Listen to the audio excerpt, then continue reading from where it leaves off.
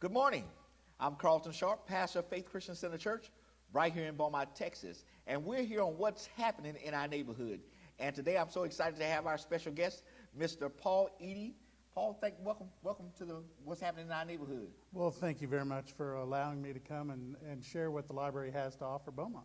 So you're with the libraries, all the libraries in Beaumont. How many libraries do we have? Well, I am the director of the libraries here in town. We actually have 6 branches, but 4 circulating branches. So we have the Miller, the Johns, the Willard, and then the downtown library. We also have the Terrell Historical Library, which is our genealogy and historical type information. And then we have the Maureen Gray Literacy Center, which is actually in the downtown library. Now, every year you do a summer program with the library. Tell us a little bit about that. Well, it's something that we've done for many, many years, but we're trying to continue the tradition of helping students to keep reading during the summer. One of the things that we have a problem with throughout all grades here in Beaumont and probably around the nation is that children don't read a lot during the summer, and they lose that reading ability or that push that they get in school. So the reading program is there to allow them to read, and they get to earn gifts, and they come to programs, and we do things that allow them to continue that reading. And the higher and more points they get, the more they are given and as incentive to keep reading. You know, I was saying earlier, my wife, for many years, the summertime, my children and my nieces and nephews, they ended up in the library every year. It was like, my wife would take them to the library. And then now that they're grown, some of them have children, and now my wife is taking their children to the summer program that you provide during the summertime. And we see that all the time. It's amazing. You'll see grandma, mom, whoever bringing the kids in, and it's a family thing that can be done just year after year, generation after generation. And so during the summer program, the more they read, the more prizes they receive. And we don't like to really call them prizes, but incentives, things that keep them going. This year, we're actually at each one of the branches going to, our friends at the library has given us funding so that we can provide a bicycle for the highest reader at each branch. So that's the high incentive. Yeah. But during the year, we also have, we get little things from Manning Skating and for ice cream and this and that just kind of piques their interest as they go. And then you also have different, one year I knew you had a clown come in and things of that sort. Yes, Jibo the Clown. We love Jibo the Clown. And we have musicians, we have puppets, and we have educational. We're also trying to insert more of the science, math, technology, the STEM programming, STEAM programming is what they call it, into some of those so that kids get a little bit more than just, the regular reading. They can earn points for doing science programs and things like that. So now another thing that I noticed that people might not realize is that the library doesn't just have books, but you have movies and CDs and DVDs there. It's amazing what the library has. People don't understand. I still have people walk up to me and say, y'all have DVDs? Oh yes, we've had DVDs for years. But we have electronic books, electronic audio books. We have DVDs, Blu-rays. We have books on CD. We have just almost anything that you would want in that way. Now, recently, you guys renovated the downtown library. Is that correct? We did. We had a situation where they were thinking about closing the downtown library. But the popular vote won, and our friends groups and our library commission, they all pressed to have it stay open. And one of the consequences of that is that we were able then to renovate the downtown library. If you haven't been down there, it is a dramatic change. It was built in 1974, so it's an older building, you know. But we've put in new carpet. We've started changing out some shelving. We redid the floor plan. we've opened it up where we can be more flexible to do more flexible programming and things like that. So we're very proud of it. If you haven't been there, please come down and see us because it's a really wonderful place. Now the programs are at all the libraries, not just the downtown library. Is that correct? Yes, sir. And that is something that I really wanted to emphasize, that we do have different programming at each branch. Our Miller branch has the most programming. It is our highest circulating library. More people come in there, so that's where we have a lot of the programming. And that's the library next to Rogers Park. It is. It Okay. is on Dallin, next to Rogers Park. The Johns Library is on Finette in the south part of town. The Willard Library is up in the north part of town. Yeah, off of northeast Lucas, part- Off of Lucas. And then the main library is at 801 Pearl downtown, and that's where my offices are also. So now now you have another program called the Mother Goose program. Well, that's actually that's something that we are very lucky to have. The Learn Foundation, which is the Lewis Family Foundation, has started offering something called the Mother Goose program. It is a nationally recognized preschool curriculum that allows you to come in free. It's open to anybody. They have certain times of year. During the summer, they don't do it as much, but in the spring and the fall, in between there, last year, I think we had 300 or more children come through the Wow.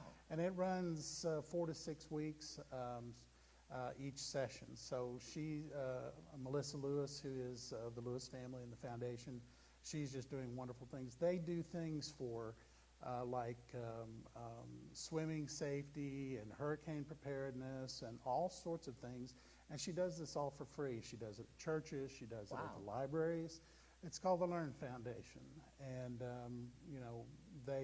if anybody needs any information, they can call me and I will give them information about that. Okay. So. But you also do ESL and GED programs. So tell us a little bit about those programs. Well, the ESL and the GED are all through our literacy depot, the center, which is downtown in the main library. We do, with the Region 5 area, we also do a lot of ESL classes, English such as second language, the GED training, and we're very proud of that because it is offering a program. There are programs at Lamar, there's programs at Region 5, whatever, but we offer those services to our patrons, and we get a lot of use out of that. Now, is there a cost for those programs?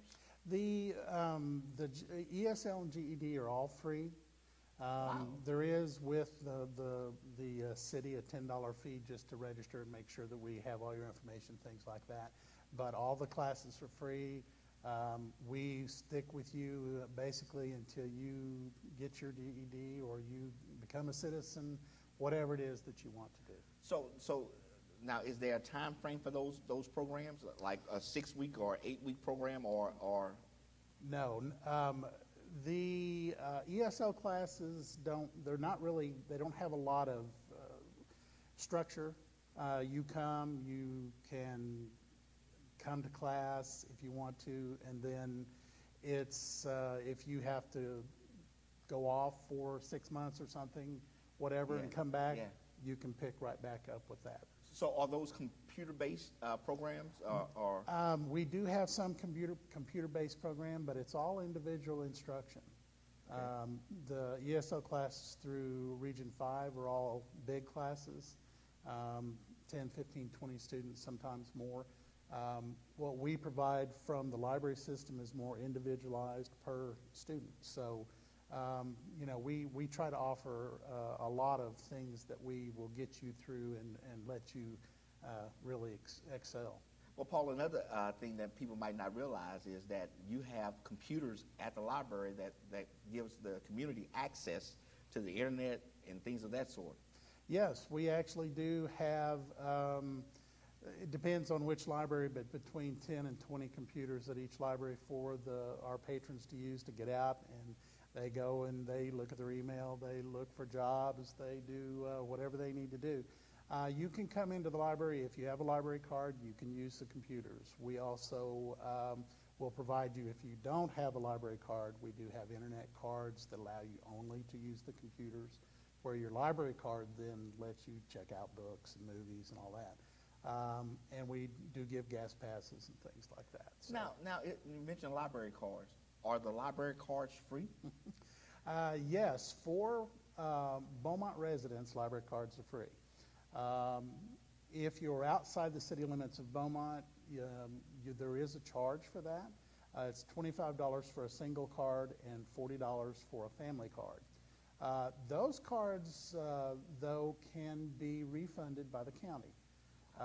The county itself used to have a library system until several years ago when they closed down, and one of the things that they allowed us to do then is get a refund from the county for that library card if you live outside the city limits. So now, how old do you have to be in order to get a library card? You don't, that's one of the sweetest things. You have a new mother come in and say, I want a child's card.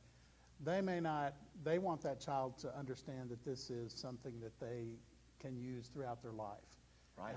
And it's something that is a great thing to have.